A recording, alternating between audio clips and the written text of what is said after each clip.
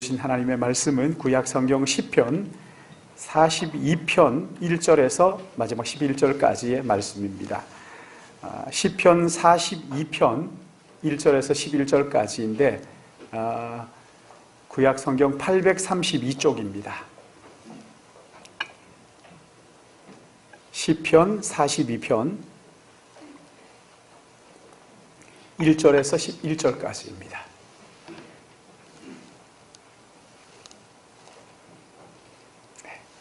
우리 같이 한 절씩 교독하겠습니다. 하나님이여 사슴이 시냇물 찾기에 갈급함같이 내 영혼이 주를 찾기에 갈급하니이다. 살아계신 하나님을 갈망하나니 내가 어느 때에 나아가서 하나님의 얼굴을 배울까. 사람들이 종일 내게 하는 말이 내 하나님이 어디 있느뇨 하오니 내 눈물이 주야로 내 음식이 되었도다. 내가 전에는 성의를 지키는 무리와 동행하며 기쁨과 감사의 소리를 내며 그들을 하나님의 집으로 인도하였더니 이제 이 일을 기억하고 내 마음이 상하는도다. 내 영혼아 내가 어찌하여 낙심하며 어찌하여 내 속에서 불안해하는가. 너는 하나님께 소망을 두라. 그가 나타나 도우심으로 말미암아 내가 여전히 찬송하리로다. 내 영혼이 내 속에서 낙심이 되므로 내가 요단 땅과 헤르몬 마살산에서 주를 기억하나이다. 주의 폭포 소리에 깊은 바다가 서로 부르며 주의 모든 파도와 물결이 나를 휩쓸었나이다. 낮에는 여호와께서 그의 인자심을 베푸시고 밤에는 그의 찬송이 내게 있어 생명의 하나님께 기도하리로다. 내 반석이신 하나님께 말하기를 어찌하여 나를 잊으셨나이까. 내가 어찌하여 원수의 압제로 말미암아 슬프게 다니나이까 하리로다. 내 뼈를 찌르는 칼같이 내 대적이 나를 비방하여 늘 내게 말하기를 내 하나님이 어디 있느냐. 같이 봅니다. 내 영혼아 내가 어찌하여 낙심하며 어찌하여 내 속에서 불안해하는가. 너는 하나님께 소망을 두라. 나는 그가 나타나 도우심으로 말미암아 내 하나님을 여전히 찬송하리로다. 아멘. 자비로우시고 은혜로우신 아버지 하나님, 이 시간 우리를 불러주셔서 한 주간을 시작할 때 예배하며 시작하게 하시는 거룩하신 하나님을 찬양합니다. 이 시간 우리 주님 앞에 예배하며 진리의 말씀을 듣기를 원합니다. 사슴이 시냇물을 찾듯 갈급한 마음 가지고 하나님의 말씀에 귀를 기울이게 하시고 하나님의 음성을 듣게 하시고 주님의 말씀이 아니면 하나님의 은혜가 없으면 죽는다는 절박한 마음 가지고 하나님의 말씀을 대함으로 말씀의 능력이 우리의 삶을 회복시키는 은혜로 나타나도록 인도하여 주시옵소서. 아버지 하나님, 여러 가지 어려운 마음들 가지고 왔사오나 이 시간 성령께서 하나님의 말씀을 들을 때 우리 안에 주님이 주시는 기쁨과 평안이 충만하게 하여 주시옵시고 부족한 종 말씀을 들고 두렵고 떨리는 마음 가지고 섰사오니 아버지 하나님, 성령께서 입술에 말씀의 파수꾼을 세워주셔서 온전히 거룩하신 아버지의 말씀 대언할 수 있도록 은혜를 베풀어 주시옵소서. 한 시간 주님 앞에 의탁합니다. 우리 주님 인도해 주실 것을 믿사오며 거룩하신 구주 예수님의 이름으로 기도드리옵나이다. 아멘. 시편 42편 말씀을 이렇게 꼼꼼하게 읽어보면 여기 몇 말씀이 중복이 되는 게 있습니다. 1장 42편 5절 말씀하고 또 11절 말씀하고 그리고 43편에 넘어가면 43편 5절 말씀이 똑같은 말씀이 반복되는 것을 볼 수가 있습니다. 내 영혼아 내가 어찌하여 낙심하며 어찌하여 내 속에서 불안하여 하는가. 너는 하나님께 소망을 두라. 그가 나타나 도우심으로 말미암아 내가 여전히 찬송하리로다. 5절에도 11절에도 그리고 43편 5절에도 똑같은 말씀이죠. 이 말씀을 가만히 묵상을 해보면 지금 이 시편의 저자가 몹시 난처한 입장에 처해 있다는 것을 금방 알 수가 있지요. 이게 무슨 일인지는 모르겠지만 그러나 그 일 앞에서 마음이 낙심이 되고 불안해서 잠을 이룰 수 없어서 떨고 있는 저자의 모습을 여기에서 볼 수가 있어요. 4절 말씀에도 보시면 이제 이 일을 기억하고 내 마음이 상하는도다. 마음에 상처가 쌓여가지고 지금 아파하고 있는 이 시인을 우리가 만나게 되지요. 왜 이렇게 낙심을 하고 왜 이렇게 불안해하는지는 뭐 알 길이 없어요. 본문에 구체적으로 나와 있지 않기 때문에. 그러나 우리가 짐작할 수 있는 것은 오늘 여기 본문에 나오는 저자는 답답한 현실을 눈앞에 두고 있다는 것이지. 어쩌면 포로로 끌려와 있는지도 모르겠어요. 아니면 자유를 빼앗기고 감옥에 갇혀 억류를 당하고 있는 상황인지도 모르겠어요.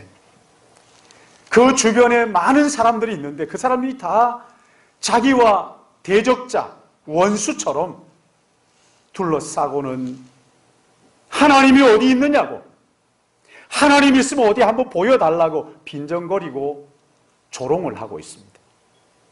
하나님이 계시다면 어떻게 네가 그럴 수 있느냐고 비웃습니다. 하나님을 보여달라고 야단칩니다.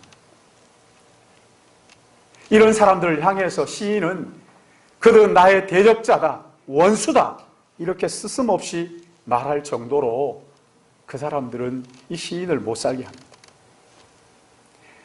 자기의 형편을 놓고 아무리 곰곰하게 생각을 하고 내게 그 이 어려움을 타개할 수 있는 능력이 있는가를 생각할 때 도무지 소망이 없습니다.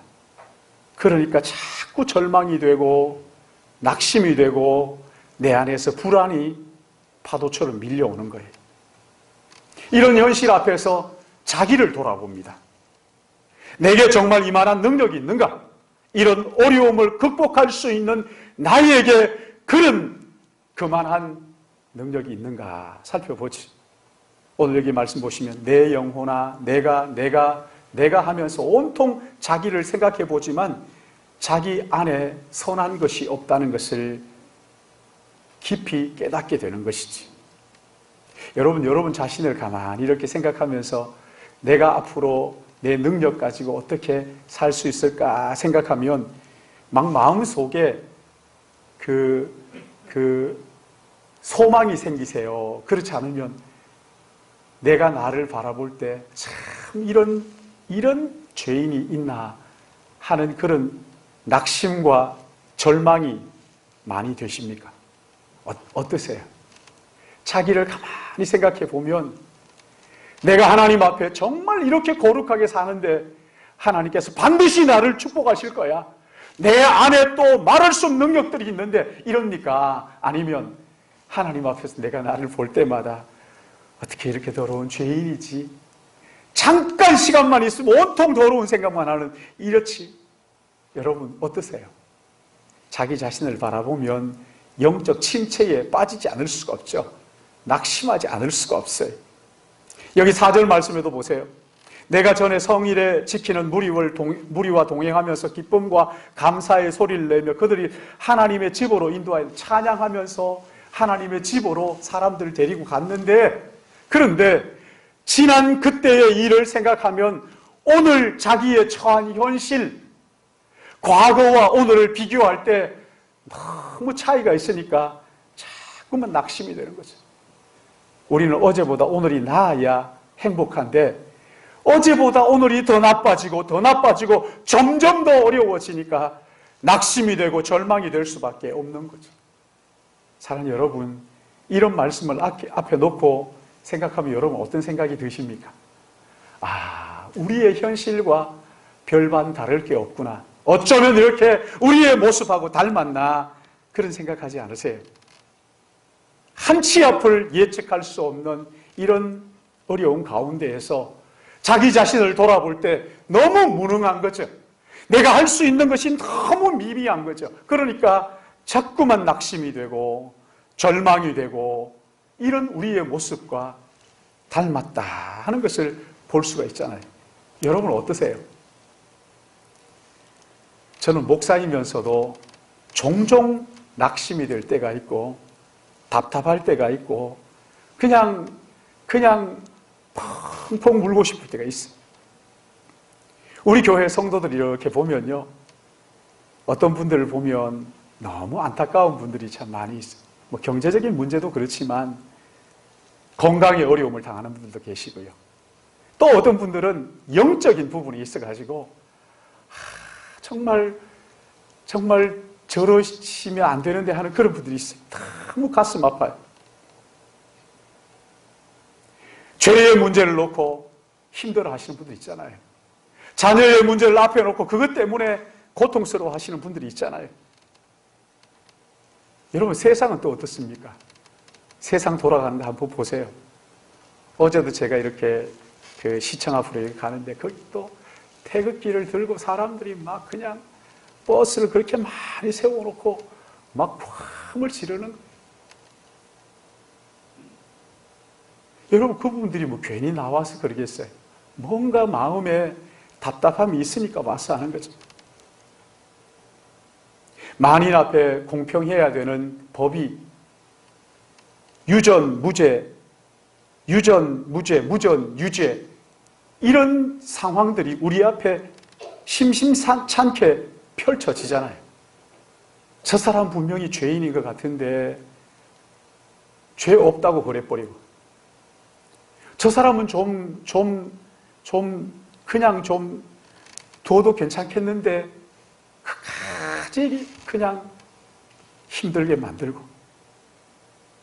여러분, 그럴 때가 한두 번이 아니잖아요. 여러분, 안 그렇습니까? 힘없는 사람들이 점점 참 살기 어렵다. 그래서 극단적인 선택을 하는 경우가 얼마나 많은지 몰라요. 답답하죠. 다음 세대들을 생각하면 여러분, 아이들 점점 줄고 있는 거 여러분 잘 아시잖아요. 아이들이 점점 줄고 있어요. 결혼을 안 해요. 결혼을 하라고 해가지고 결혼을 해도 아이를 안 낳아요. 아이를 낳아도 하나 둘만 낳지. 하나만 낳고 이러니까 그냥 이 아이들이 남을 배려할 줄 모르는. 앞으로 어떻게 될까? 여러분 생각하면요, 걱정이 앞서지 않으세요. 교회를 바라볼 때 교회가 마땅히 세상의 빛과 소금의 역할을 감당해야 되는데, 교회를 가만히 보고 있으면 오히려 이 교회가 세상을 못 닮아가지고 안달이 된 것 같은 거예요. 세상의 질서가 교회 안에 그대로 들어와 있는 거지. 복음은 온데 간데 없고, 그래서 좀 가졌다고 막 큰 소리 치고, 어떤 교회는 너무 많아가지고 쩔쩔매고 처치곤란이고, 시골에 있는 교회들은 평생토록 10명 남짓 되는 연세 드신 어르신들, 거기엔 소망이 돌아가시는 것밖에 없어요. 그러나 그 어려움 속에서 그렇게 있고, 한쪽에서는 막 그냥, 여러분 이런 거 볼 때요, 어떠세요? 여러분은 아직도 괜찮다 이러세요? 아니면 이거 어떡할까 염려되세요? 두렵지 않으세요? 이런 현실을 앞에 놓고 어떻게 우리가 낙심하지 않을 수 있어요? 어떻게 두렵지 않을 수 있어요? 아무렇지도 않을 수 없잖아요. 사랑하는 여러분, 낙심하고 불안해하는 그것은 믿음 없어서 그런 거지. 여러분, 믿음이 있으면 뭘 낙심이 될 게 있냐고, 불안해할 게 어디 있냐고. 맞습니까? 정말 여기 이 사람들이 염려하고 걱정하는 이 사람들은 믿음이 없어서 그런 겁니까? 여러분 솔직하게 한번 대답해 보세요. 믿음이 없어서 그래요? 성경에 보시면 믿음의 선진들이요, 얼마나 낙심하고 두려워하고 얼마나 짐승처럼 울부짖으면서 했던 그런 경우가 얼마나 많아요. 여러분, 그 사람 믿음 없어서 그런 거예요. 여러분, 믿음 좋은 사람도 낙심해요. 믿음 좋은 사람도 낙심해요. 믿음 좋은 사람도 두려워해요. 그러나 다른 것이 하나 있죠. 믿음 좋아도 두려워하고, 또 믿음이 좋아도 낙심을 하지만, 그러나 낙심하고 두려워하는 데서 끝나지 않고 그 두려워함과 낙심함으로 인하여 하나님 앞에 나가는 거잖아요. 하나님을 더 찾고 하나님을 더 갈망하는 거잖아요. 여러분, 마음이 불안할수록 하나님의 은혜의 보좌 앞으로 달려나가는 거거든요. 잠이 오지 않는 두려움이 내게 몰려올 때 하나님 앞에 무릎 꿇는 거잖아요. 여러분, 이거 믿음 없는 사람들에게는 없는 거예요. 우리의 현실에 어떤 일이 일어나느냐 하는 것보다 더 중요한 것은 그 일 앞에 내 마음이 어떻게 반응하냐 하느냐 하는 것이 더 중요하다, 이렇게 말합니다. 우리의 마음이 낙심이 될 때 하나님 앞으로 나가. 우리의 마음에 두려움이 밀려올 때 하나님 앞으로 나가는 거예요. 여기도 보면 내 영혼아 내가 어찌하여 낙심하여 어찌하여 내 속에서 불안해하는가. 너는 하나님께 소망을 두라. 그가 나타나 도우심으로 말미암아 내가 여전히 찬송하리로다. 사랑하는 여러분, 낙심이 되십니까? 하나님을 찾으십시오. 두려운 마음이 붙들리십니까? 하나님 앞에 나가십시오. 그 찬양 있죠. 인생길 험하고 마음 지쳐 살아갈 용기 없어질 때, 인생길 험하고 마음 지쳐 살아갈 용기 없어질 때 나 홀로 앉아서 탄식치 말고 예수님 품으로 나오세요. 예수님은 나의 생명, 믿음, 소망, 사랑 되시니 십자가 보혈 자비의 손길로 상처 입은 너를 고치시니. 할렐루야. 하나님 앞으로 나가는 거예요. 근데 여러분, 하나님 앞으로 나간다, 하나님께 소망을 둔다, 하나님을 갈망한다 하는 것이 구체적으로 어떻게 하는 것입니까? 오늘 여기 1절 말씀이 있어요. 1절 우리 같이 읽을까요? 시작. 하나님이여 사슴이 시냇물 찾기에 갈급함같이 내 영혼이 주를 찾기에 갈급하니. 사슴이 시냇물 찾듯이 갈급함같이 내 영혼이 주를 찾기에 갈급하니이다. 여러분, 사슴은 피가 더운 짐승이라네요. 그래서 이 사슴에게 물이 목이 말라 갈증이 나면 견딜 수 없어서 죽을 것처럼 숨을 헐떡이면서 앞뒤 좌우 보지 않고 물을 찾아 헤매 다닌다는 거예요. 여러분, 이 저자가 그걸 본 거죠. 막 헐떡이면서 죽을 것처럼 이리 펄떡 뛰고 저리 펄떡 뛰면서 물을 찾아 헤매는 그 사슴을 이 사람이 본 거죠. 그 광경을 물끄러미 보면서 자기 마음속에 하나 깨달아지는 게 있는 거죠. 물을 찾지 못하면 죽을 것 같은 저 절박한 마음 가지고 하나님을 찾는 저 물을 찾는 사슴처럼 나도 저렇게 하나님을 찾아야 되겠다. 저 절박한 마음 가지고 하나님을 찾고 찾아야 되겠다. 그래서 내 마음에 찾아오는 이 낙심과 이 두려움을 떨쳐버려야 되겠다. 저 사슴처럼 내가 찾아야 되겠다. 여러분, 이게 갈급한 심령으로 주님을 찾는 거잖아요. 여러분, 우리가 얼마나 자주 낙심하고 얼마나 자주 두려움에 사로잡힙니까? 염려와 근심에 사로잡힙니까? 마음이 상하여서 어쩔 줄 모르고 방황할 때가 한두 번이 아니잖아요. 어떤 사람을 생각하면서 막 화가 나가지고 막 이걸 주체할 수가 없을 그럴 때가 얼마나 많아요. 그럴 때 물을 못 찾으면 죽는 것처럼 헐떡이는 이 사슴처럼 그려보는 거죠. 맞아, 그때 사슴이 그렇게 물을 찾던데 내가 그렇게 하나님을 갈망합니다, 하나님을 찾습니다 하는 거예요. 마태복음 20장 30절 말씀을 보시면 맹인 두 사람이 예수님이 지나간다는 소문을 듣습니다.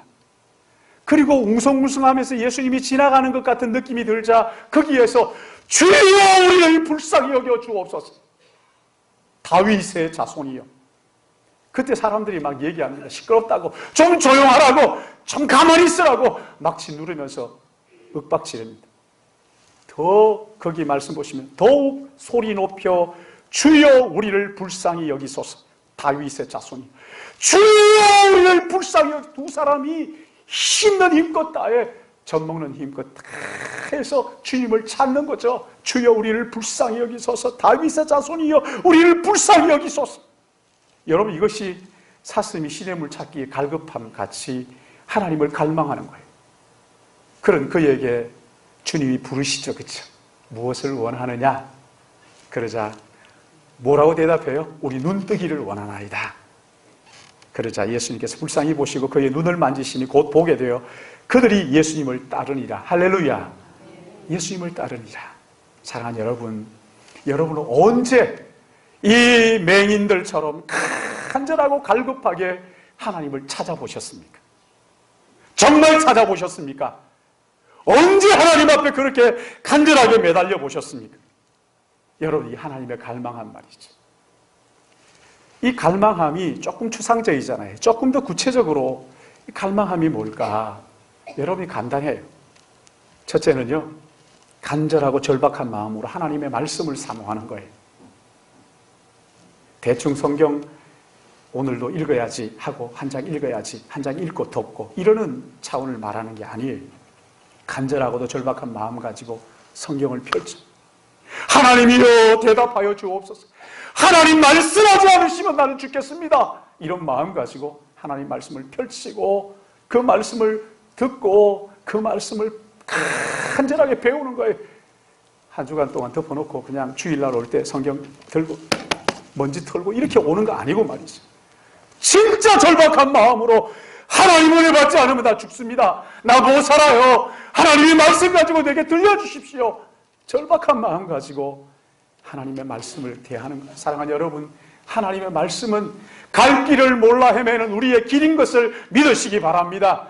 하나님의 말씀은 진리예요. 하나님의 말씀은 생명이에요. 이 영광스러운 하나님의 말씀을 절박한 마음으로 사모하면서 갈망하는 것, 여러분 이게 하나님을 찾는 거예요.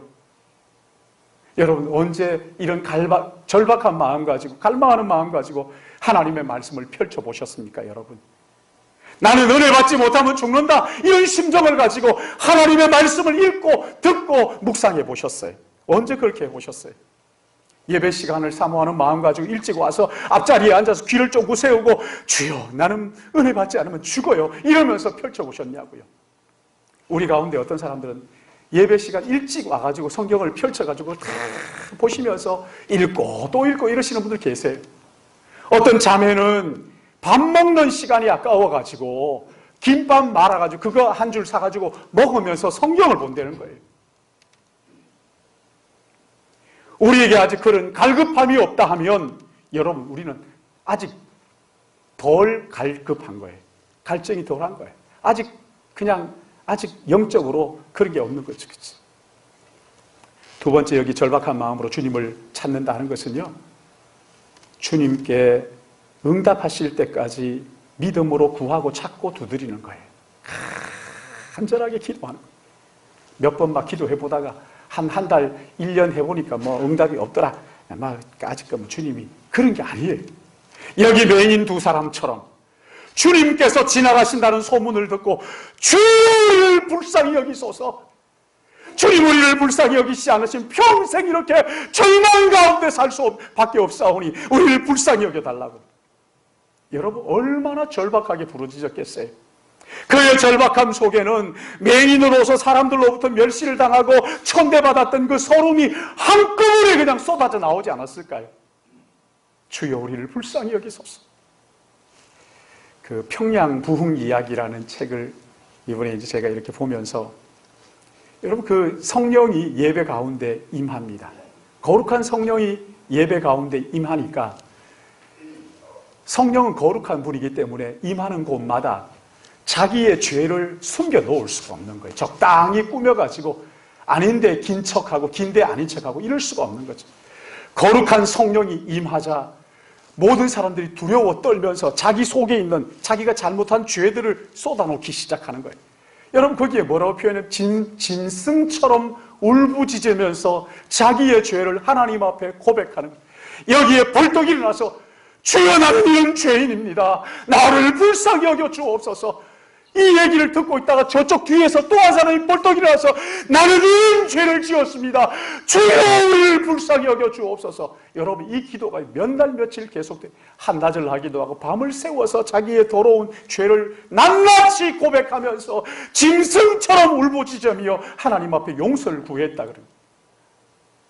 여러분, 얼마나 간절하고도 절박한 기도예요. 자기의 부끄러운 수치와 죄악이 드러나면 그 부끄러워가지고 그 있을 수 없잖아요. 그런데 성령께서 그 가운데 임하시니까 그 영광 가운데 자기의 더러운 죄를 용납할 수 없으니까 주여 나는 이런 더러운 죄인입니다. 그러자 예수 그리스도의 그 은혜로 용서의 확신이 임하니까 온 교회가 기뻐서 거기 몇백 명, 몇십 명 모이고 하던 교회가 몇천 명, 하루에 2,000명이 회개하고 돌아왔다는 거 아닙니까? 여러분 놀라시지 않으실지 모르지만 정말 그 평양이 완전히 새로워지고 이 평양에서 전국에서 저 만주 지방으로 중국으로 이 부흥의 놀라운 역사들이 모이기만 하면 여기 밑에 있는 감리교 신학교 있잖아요. 이 감신도 감리교도 우리 장로교와 함께 그 회개 운동의 선봉에 서서 자기의 그 더러운 죄를 가지고 있을 수가 없어가지고 거룩한 성령이 임하는 거기에서 나는 죄인이라고 고백하면서 놀라운 역사가 있었던 것입니다. 여러분은 언제 이렇게 절박하게 여러분이 가지고 있는 그 더러운 죄들을 가지고 주여 나는 죄인입니다. 주여 나를 불쌍히 여겨 주옵소서. 절박한 마음 가지고 여러분 언제 기도해 보셨어요?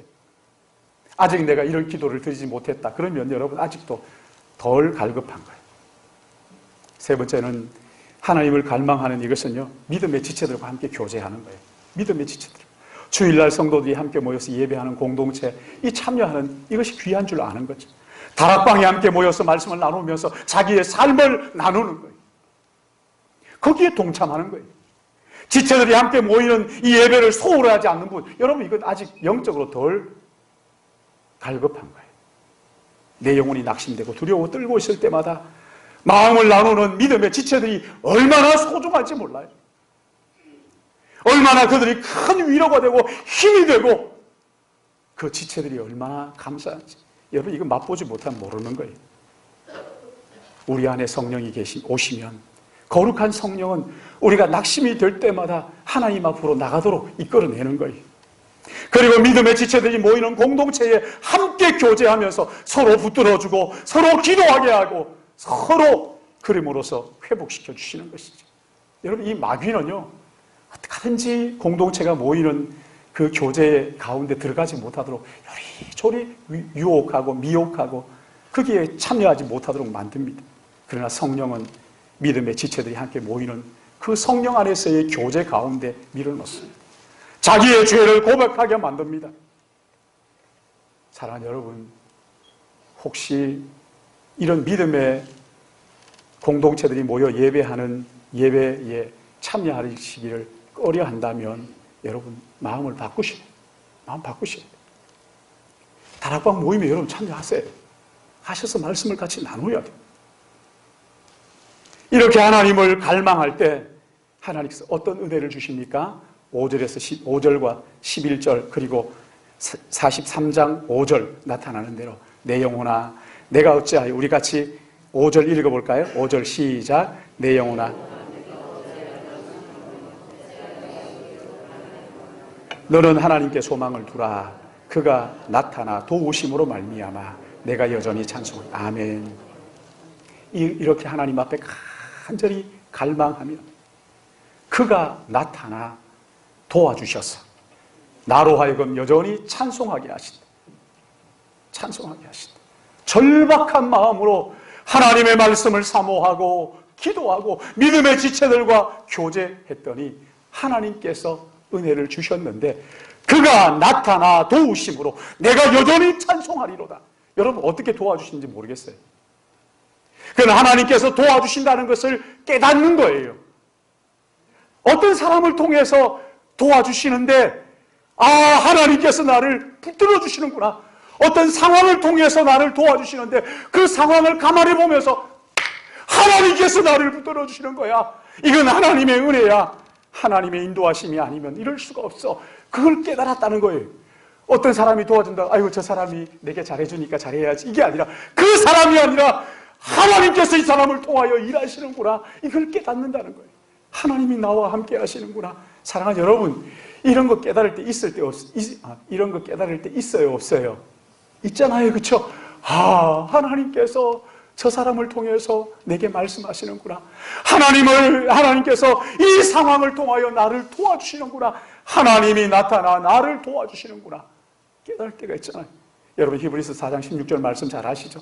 그러므로 우리는 긍휼하심을 받고 때를 따라 돕는 은혜를 얻기 위하여 어떻게 하라고요? 은혜의 보좌 앞으로 담대히 나올지니라. 왜 부르시는 거예요? 왜 은혜의 보좌 앞으로 불러요?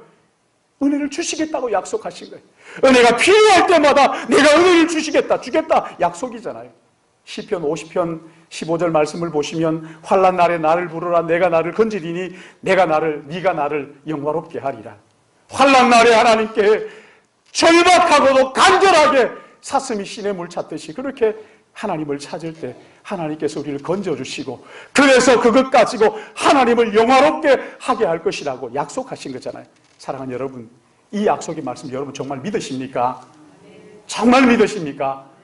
그렇다고 한다면 여러분, 내 마음이 낙심이 되고 불안할 때 나 하나님께 부르짖어도 소용이 없던데, 그런다면 여러분, 내가 정말 사슴이 시냇물 찾듯이 그렇게 갈급한 마음 가지고 하나님을 갈망했는지 한번 점검해 보시길 바랍니다.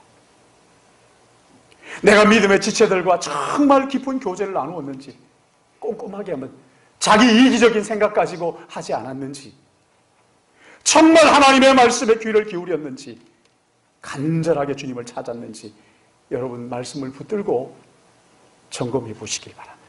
하나님은 우리의 기도를 들으시고 반드시 들으시고 가장 적당한 때에 가장 적당한 방법으로 응답하시는 분이신 것을 믿습니다.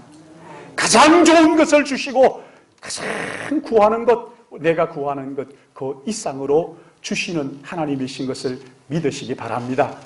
이 하나님을 믿으시고 여러분 마음이 낙심이 되고 두려움에 잠이 오지 않고 과거의 일을 생각할 때 펄썩 주저앉고 더 나아져야 되는데 왜 이렇게 점점 못해지는 것 같고 나의 모습을 바라보면서 절망하고 그럴 때마다 사슴이 시냇물 찾듯이 여호와 하나님을 찾고 말씀을 붙들고 그 말씀에 귀를 기울이고 말씀을 듣고 갈망하며 부르짖고 믿음의 지체들과 함께 교제함으로써 우리의 낙심을 떨치고 하나님을 찬양하는, 그가 나타나 나를 도우심으로 내가 여전히 하나님을 찬양하리로다 하는 이런 고백이 우리의 고백이 되기를 주님의 이름으로 축복합니다.